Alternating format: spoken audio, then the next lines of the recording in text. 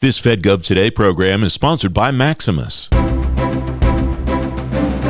On this edition of FedGov Today, what your agency shouldn't lose just because the FEVS is going away. If you really have a data ecosystem, you should know what skills you need in what quantities where to be able to get the job done. And then you should be able to compare that with what you have. And data like the data coming from these types of surveys feeds into that. That's one piece of that. Former leader of the HR QSMO at OPM, Steve Krauss, on FedGov Today in just a moment.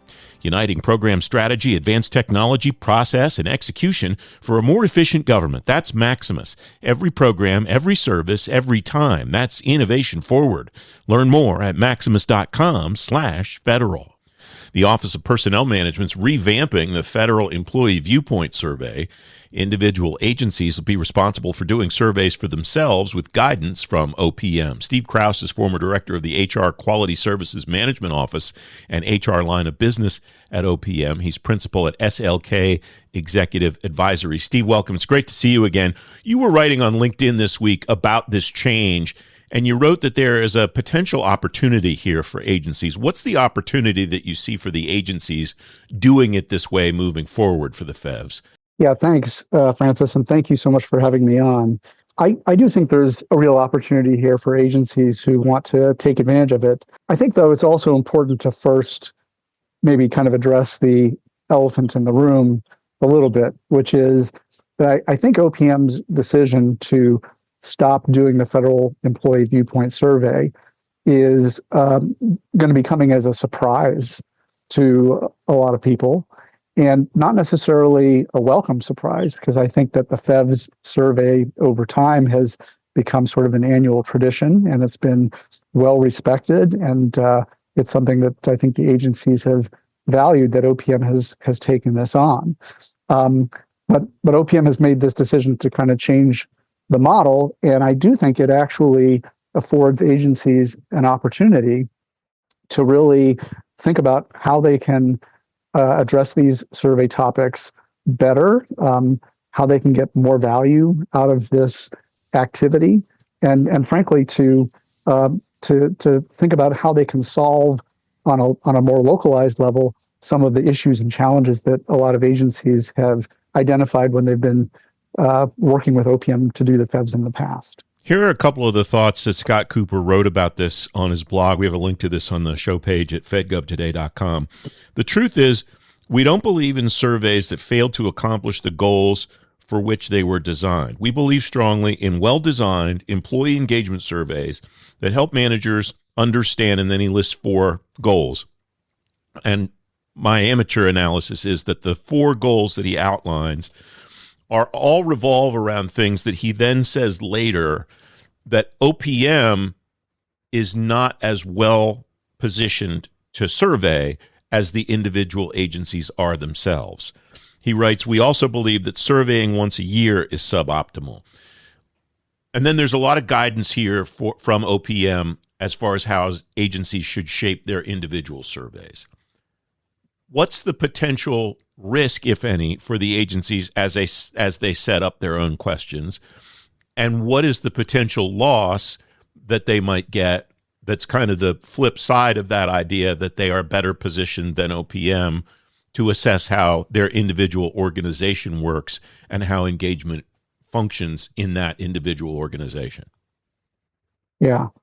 Well, so first of all, I think that the points that Scott made in his blog, by and large, are fairly reasonable, in that agencies are in a better position to be able to, query employees and kind of get into topics that are of localized interest and make them more actionable. I think this was one of the points that Scott made in his blog, but I think was really fair, was how actionable are these surveys? How actionable has the FEVS survey results been in the past?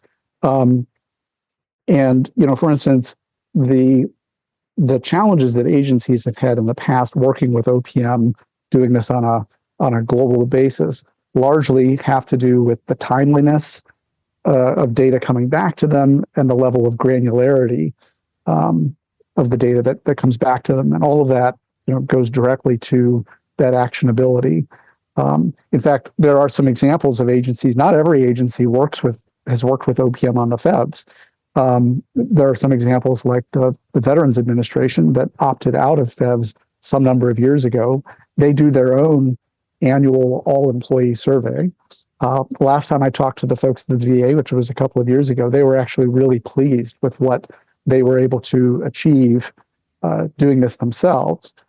I think it's worth noting, though, that the VA also paired that with a lot of other investments, both in things like pulse surveys that enabled them to collect data more frequently, and also investments at the VA in data analytics expertise. So they were, really serious about being a data-driven organization and doing the best that they possibly could, with that data. I'm also aware of a smaller agency, it turns out a financial regulatory agency, although that doesn't really necessarily have anything to do with it, but a smaller agency that was not using OPM to conduct the FEVS, although they were conducting an annual survey that was almost identical to FEVS. So they were using FEVS, but they were, I think, on their own and potentially, I guess, with the help of some contracting resources, executing that survey themselves on an annual basis. And what they found was, A, they were able to do it less expensively than working with OPM, which is interesting. B, they were able to get the data faster, and they were able to get more granular data. And here's the thing that I think is really the proof in the pudding. They were able to do more with that data, and their employees saw what they were doing with the data. And as a result, they were able to drive agency participation rates on that survey up north of 80%, which I think, again, it does kind of get back to the point that Scott was making. The survey is good, but how you do it and making sure that it's actionable and that you're demonstrating results is what really matters. You stole my next question. I was going to prove to you how smart I am by knowing that VA conducts their own survey and ask you whether there's a potential model there for agencies that are going to wind up doing this on their own, because they have been at it on their own for a long time. Is there something that other organizations can learn, or should they all be knocking on Tracy Tyrwhitt's door to say, hey, how can you help me figure out how to do this? Well, I think there absolutely is. And you asked earlier about, some of the risks associated with this path that OPM has chosen to go down. And a lot of those risks, in my mind, have to do with community-wide sharing of knowledge and know-how. When I was at OPM, one of the things that I was really well known for was building communities of practice. We had a community of practice around HR data analytics. We had a community of practice around workflow automation. And the reasons that we had those communities of practice is because we found that there were these pockets of expertise and innovation from agency to agency. The fact that agencies come at this differently and they can be sort of these laboratories of innovation is a great thing, but then they have to be able to feed that back to the community so that other people can kind of learn and leverage from that. The thing that I'm not seeing right now in terms of where OPM is going with this is, what are they going to do to bring that data back together, to make coherent sense of it, to keep the community together? And let's face it, OPM's got a lot of things going on right now, and these concepts are applicable kind of across the board. So if you look at what they're trying to do with the whole HR 2.0 and the core HCM implementation, there's a lot of opportunity and need there as well for building communities of practice and sharing best practices and expertise. And I know that they're doing that work there. I don't yet see what they're doing with regards to that with this. Does that make potentially the Chico Council a really, really even more critical part of the federal HR community than it's already been? I sure hope so. And I hope so in part because there's some really good people on that council, and they've been working really hard to keep the ship upright. You mentioned a couple of the things that have led to the whatever level of success VA's had in administering their own survey, pulse surveys, which get right at something that Scott wrote about in his blog post. We also believe that surveying once a year is suboptimal.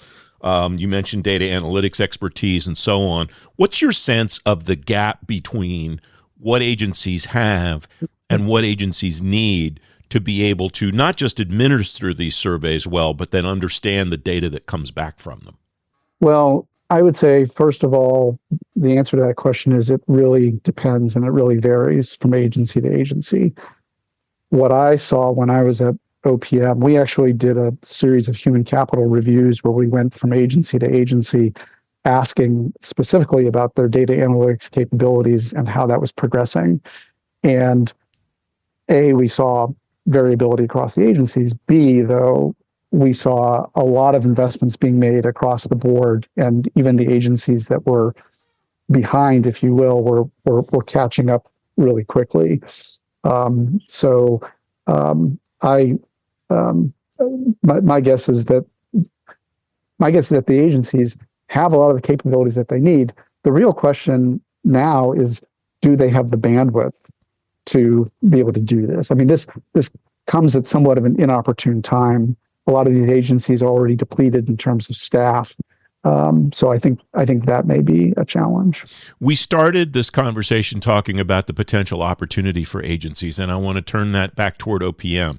You mentioned HR 2.0, and Scott was on the program, the TV show, talking about it when they first rolled out the concept. Is it possible that that becomes the ultimate repository of all this information, that as agencies are sending other HR information to OPM as a result of that, or they're on this system themselves and it's kind of inherently built into the way that they do their personnel operations, that becomes the tool by which OPM can at least get its arms around the data that agencies are collecting through these surveys? Absolutely. But OPM has been pretty clear from the get-go that a bigger purpose in all of this is the building of a data ecosystem, if you will. This ability to really know what skills you've got, where they are, where they need to be, are they in the right places? And so I would say not only is the answer to your question yes, but there's also some other bigger through lines that you can draw from this around things like skills-based workforce management, right? This whole idea, right? So if you really have a data ecosystem, you should know what skills you need in what quantities where to be able to get the job done. And then you should be able to compare that with what you have. And data like the data coming from these types of surveys feeds into that. That's one piece of that. How does one look at this effort after the first year, after the second year, maybe even after the third year, and determine we're now getting the data that we want in a better fashion than we were when OPM administered the FEVS as kind of a top-down approach before these changes? Is there a way to evaluate that?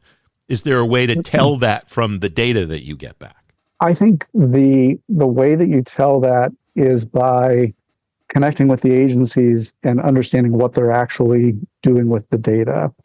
Like, what are the outcomes that they're able to produce from having that data? It goes back again to what Scott said in his blog about the actionability. So I think what you really want to measure here is the actionability and the evidence that agencies are making this data actionable. Steve, it's great to talk to you. Nobody knows this stuff like you do, and I appreciate your time today. Thank you. You're so kind. You can find a link to the OPM Director Scott Cooper's blog post about the FEVS on today's show page at fedgovtoday.com. Implementation's underway at the Defense Health Agency for its data strategy for fiscal years 2026 to 2030. The agency says it's aligning its efforts to a department-wide call to become AI-first organizations. Jesus Caban, the Chief Data and Analytics Officer at DHA, will tell you about the strategy on this week's FedGov Today TV. The show debuts this Sunday morning at 10 a.m. on ABC7 in Washington and on the FedGov Today YouTube channel. It's on all weekend long on the American Forces Network around the world. If you missed the debut this weekend, you can subscribe on the FedGov Today YouTube channel so you never miss FedGov Today TV. The next FedGov Today podcast is coming Thursday. I'm Francis Rose. I'll talk to you then. Thanks for listening.